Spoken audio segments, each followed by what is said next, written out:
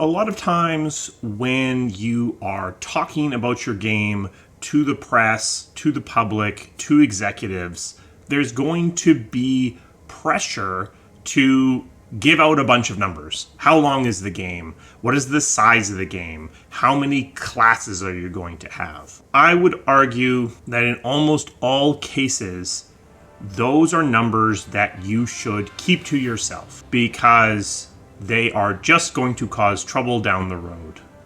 Let's walk through some of these and see if I can make that make sense to you. We just had an example of a game coming out and saying, our game is 500 hours long. That's a number that is sort of true, right? But think about that. Is there any number for game length that is a good number? If I tell you the game is 500 hours long, some people are going to say, great, I'm getting amazing value for my money. But on the other hand, some people are going to look at that and think, oh, I don't have 500 hours to put into this game.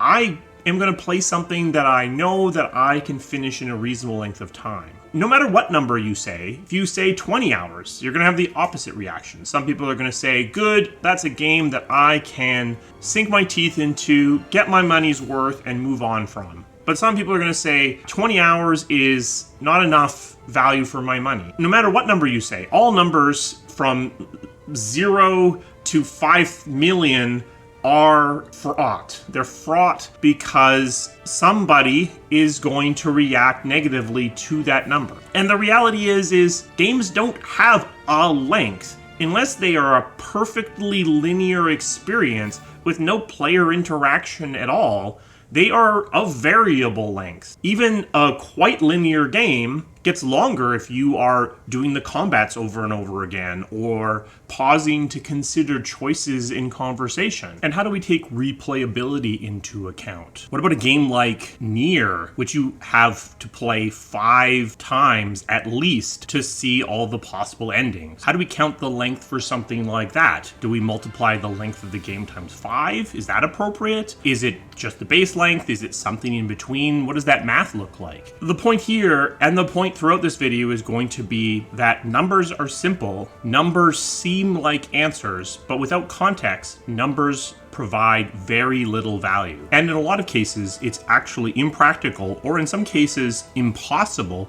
to actually provide adequate context to make that number be useful. Rather than provide a number that's going to undermine your entire storytelling, aren't you better off not providing that number at all? Whenever a studio is giving out a number for how long their game is, that number is wrong for 99% of people. And the reality is even if you like the number that you hear, you're lacking the context to actually understand if that is good.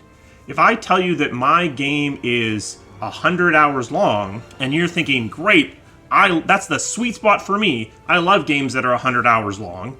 But you don't know what that 100 hours is. That could be 100 hours of super boring slog through ugly areas, or that could be 100 hours of super engaging content that really fits what you want. That number on its own doesn't mean anything because you don't know what that content is going to be, and this quest to chase that number is just results in content in the game designed to make that number longer, because people are looking for a higher number. Similarly with size. When I say size here, I literally mean just square footage.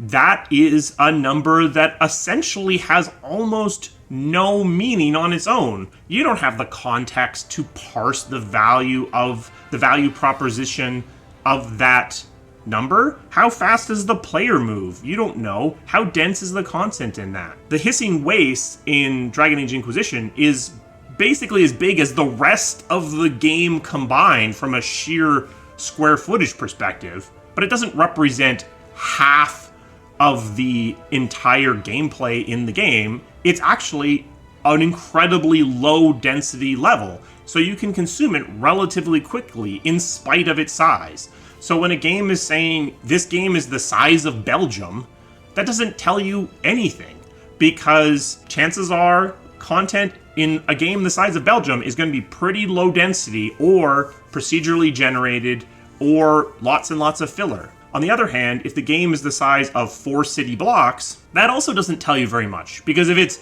4 city blocks of incredibly dense content, that could be an amazing experience, even though you could potentially walk across the entire thing in like 30 seconds. The game itself might prevent that from happening, might put blocks in your way and content in your way and engagement in your way. These numbers, these public-facing numbers that are often demanded by the press and demanded by players, are detrimental to everyone's understanding and experience of the game. If you are a video game dev, the press is going to ask. You need to try to not answer, frankly, because those numbers aren't helping you at all, and they're just confusing people's understanding of the game. And in an effort to try to make those numbers seem better or bigger, you are going to start to misrepresent what your game is. Even if the number is strictly accurate, that effort to inflate the number is going to cause a slight twist misrepresentation of the game. This happened with Dragon Age Inquisition with the number of endings. Technically, Dragon Age Inquisition has about 30 endings because of the different end screens that come up based upon the things that you did throughout the game and the choices that you made. But do most players consider those different endings?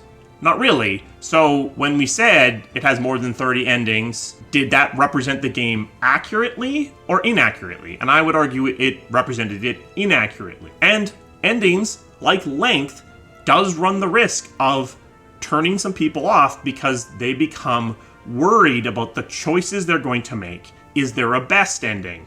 I don't want to have the not best ending, so now I'm worried that I'm going to make a mistake, that I'm going to end up with a not best ending. And analysis paralysis, choice paralysis, is a real problem for a lot of players. So by presenting your game as having tons and tons of different endings, you're running the risk of some people, while not really understanding what you're saying, turning off from the game. Similarly, when you're talking to executives, especially early in your development, numbers can really come back and get you into trouble. When I did the what to cut video and I showed this for high T and the high Cs, I put a bunch of numbers down. These are numbers that could be useful for you to be scoping internally, but if an executive has one of these numbers and then you're making a change to one of those numbers, that can really become a problem. If you say out loud in an executive meeting, we're going to have 5 classes, and then later in development, you realize, actually, we don't want 5 classes. We want 3 classes because that actually lets us cover the space better, have them be more complementary. Then what have you done in the executive's eyes? You've cut 40% of your classes. This project must be in super amounts of trouble. But it's not at all. That 5 was a number that seemed right at the moment. You used it for planning, but you didn't really know what a class was at that time. So you were using it as a benchmark. When you went from 5 to 3, that represented you understanding what you were doing better. It wasn't a cut. It wasn't the project being in trouble. It was understanding the project better. But because you said 5 classes out loud and now you've cut 2 of them, somebody's really worried.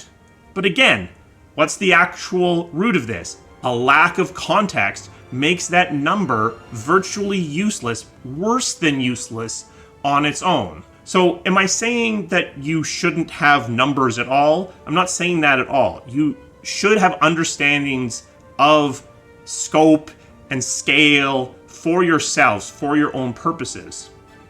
You should know about how big your game is going to be, about how long your game is going to be. But these are numbers that you're using internally for planning purposes.